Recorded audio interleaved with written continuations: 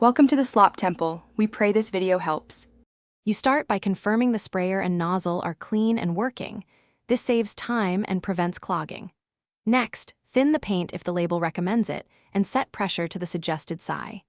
Mask surrounding areas and lay drop cloth so overspray is contained. Then, practice on a scrap board to tune distance and speed, usually about 6 from surface.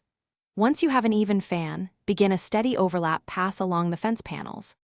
Now you focus on consistent technique. Keep your wrist relaxed and move smoothly, making 30–50% overlap on each pass so you avoid streaks.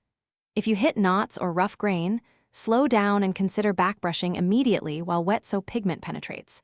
Make vertical strokes first, then cross-coat if needed, and adjust pressure slightly down for fine details or up for thicker texture. Once a section has uniform wet coverage, step back and inspect from different angles for missed spots. Finish by allowing the recommended dry time and apply a second coat only if coverage is incomplete. This avoids peeling later.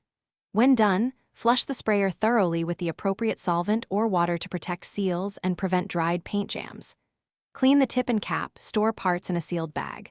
If you see runs or heavy spots, wait until fully dry, sand them smooth, and respray thin, even passes to blend. One tip: if clogging happens, remove the nozzle and soak it to clear debris. Thanks for watching. Consider subscribing if we helped you.